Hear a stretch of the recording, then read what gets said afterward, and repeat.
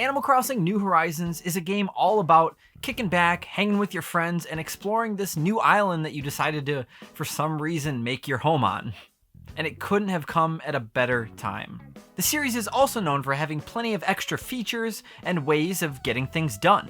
And since the game doesn't always outwardly explain some of these things, we decided to put our heads together and round up a few tips that we think could make your island life a bit more fruitful. I'm Zian from Nintendo Life, and today we're here to share with you a mix of tips and straight up information that we think you might want to know when it comes to playing Animal Crossing New Horizons. Most of us at the site, including me, got the game on launch and have been playing it a bit every day. But I haven't, and I don't intend to, do any time traveling. So everything we cover in the video has been done under normal circumstances, which in turn means that spoilers will also be kept to a minimum. Now with all that out of the way, let's get on to the tips.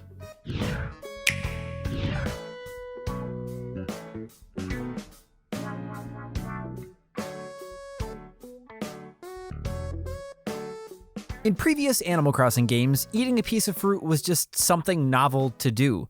There were no added effects or anything really. It was almost as if people were eating actual money because you could take those fruit and go sell them to your store for tons of money, and who does that? However, in New Horizons, eating a piece of fruit will add to a little fruit counter that pops up in the corner of your game, and it allows you to break rocks and uproot fully grown trees with the shovel. It's pretty cool how you can sort of Hulk out from eating an apple.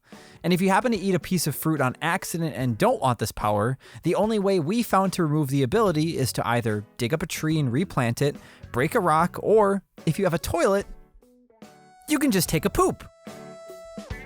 Yup. At the beginning of the game, you're going to need specific resources to open up different amenities in your town. And after you've built a few places, you may think it's fine to sell off your leftover iron nuggets and wood, but hey, not so fast, because after a few days of playing, you'll quickly find out that may not be such a good idea, as new DIY crafts will require many of these essential ingredients. So don't be afraid to hoard the heck out of every piece of wood and stone you find, and you'll be glad you did.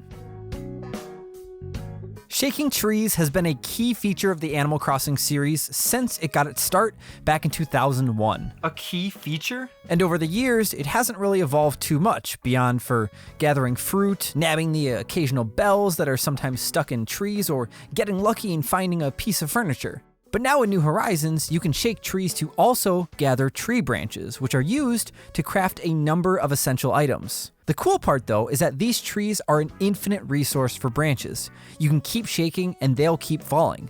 Branches will fall opposite of the side you're shaking on, and you'll also want to make sure there isn't anything on the ground that could get in the way of the branch's landing spot.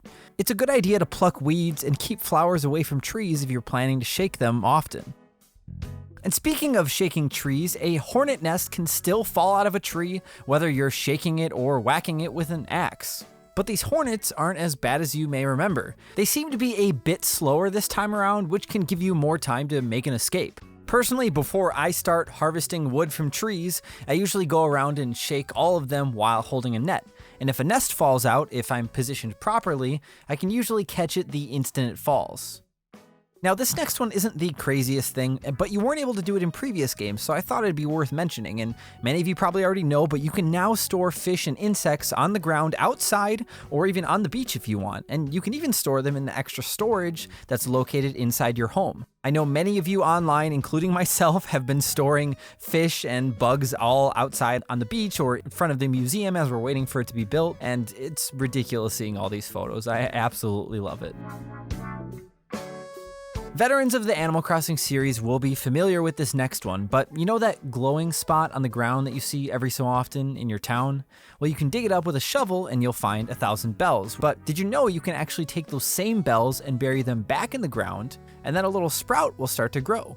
And then if you give it a few days, you'll actually have a good old-fashioned money tree with 3 bags of bells hanging from its branches.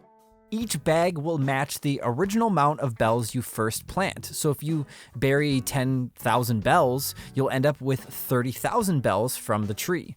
And each money tree can only produce bells once, and then afterwards, it just becomes a standard old tree. Now, somewhat similar to the money tree, surprisingly, are rocks, and they are an absolutely excellent resource for mining minerals like stone, clay, and iron. But did you know that they can be struck multiple times? 8 times, actually. If you can find some way to brace yourself before swinging by using either a few well-placed holes, a tree, or some piece of furniture, that should be enough to hold you in place to maximize the rock's output. And just like with the trees, make sure to pick up any nearby objects that could get in the way of the falling pattern of the rock's precious resources. Also, if you decide to break a rock with your fruit powers, they'll take a few days to come back, and they won't spawn in the same location as before. So it's probably best to only break a rock if you don't like where it's placed, as from what we can tell, you only get 1 stone from breaking one. If you find yourself on a bit of a time crunch and want to speed things up a bit, we've got a few tips for that too. When you're crafting items, you can tap the A button to make your hammer swing faster. When you're speaking to a villager, or even just blathers, you can speed up their dialogue by holding the B button. And when you're on the Nook Miles screen, if you tap the right stick downward, it will zip you straight to the Nook Miles point reward you're looking for, which is pretty handy. The quality of your tools in New Horizons is still somewhat of a mysterious thing for us. In past games, things like the Golden Shovel or Golden Axe had special abilities over the standard versions, but from what we could tell, the quality of your fishing rod won't raise your chances of catching a rare fish, and a better axe won't net you more rewards. But they will last longer than the lower grade tools, and that seems to be it for the time being. And to our knowledge, the vaulting pole and the ladder won't ever break either. And let me tell you, we really ran them through the paces. Another new feature for New Horizons is Nook Miles, and New Horizons literally rewards you with them for nearly everything you do. From fishing to weeding to accidentally landing a balloon present in a body of water, New Horizons is constantly finding ways to reward you. So with that said, make sure to try some things you might not normally do, like designing a custom t-shirt or even just sending a letter to someone. You never know when you're going to be rewarded. And in the early parts of the game, you'll be racking up Nook Miles like crazy, and there are quite a few different ways you can spend them. You can buy a plane ticket to a random unpopulated island, you can nab some exclusive Nook merchandise, or you can spend them on an inventory upgrade or a DIY upgrade kit for your tools. And let me tell you, the longer your tools last and the more inventory space you have will definitely allow you to get more things done, and before you know it, you'll have more Nook Miles than you'll know what to do with. Now, if you make sure to check your beach every day, you should be able to find a bottle washed ashore with a DIY recipe inside. And you can also occasionally find them on the random deserted islands that you can travel to with your Nook Miles. And sometimes you may find a recipe that you already have, and if so, you can either just sell it or hold on to it and try and trade it with a friend later for one that you don't have. Sometimes a villager moves into your town and you see them and you just know you have to become best friends with them. You want that kind of friendship that can only be proven by receiving a letter in the mail with their headshot, right? Well, you'll need to make sure you take it slow if you want to get there. We found out that if you talk to a villager more than 5 times in a set period, they'll get burnt out and they won't want to talk to you for a bit. So be careful out there, okay, champ? You don't want to seem clingy. But whenever you do swing by their place, if you happen to catch them crafting at their workbench, chances are pretty high that they'll toss you a new DIY recipe if you chat them up about whatever it is that they're working on. Occasionally when you're off visiting a mysterious island thanks to the Nook Miles program, you'll run into another random animal villager who just happens to be exploring the same island as you, coincidentally, no big deal, why are you here? And if you talk to them a couple times, you'll be given the option to invite them to move to your village. But they won't move in until Tom Nook gives you the go-ahead to create more housing plots in your town. So if you happen to invite a villager before you're given that option, don't sweat it. The villager will remember your invite and will move in after you secure some space for them. And there you have it, just a handful of tips that we think will make your life in Animal Crossing New Horizons a little bit better.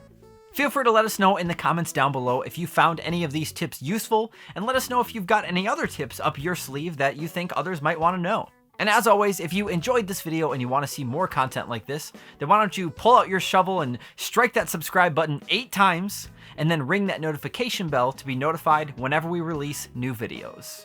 Thank you all so much for watching. I'm Zion from Nintendo Life, and we will see you next time.